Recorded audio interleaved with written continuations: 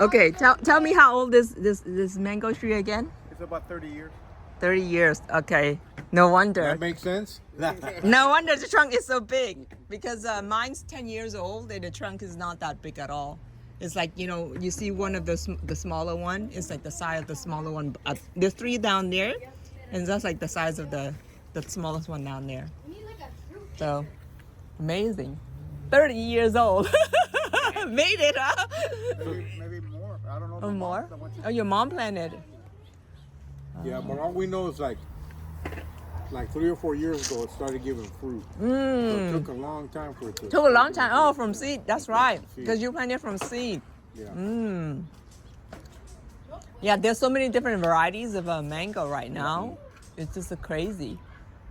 Yeah, mine is about your height, right there. It's 10 years old. 10 years old.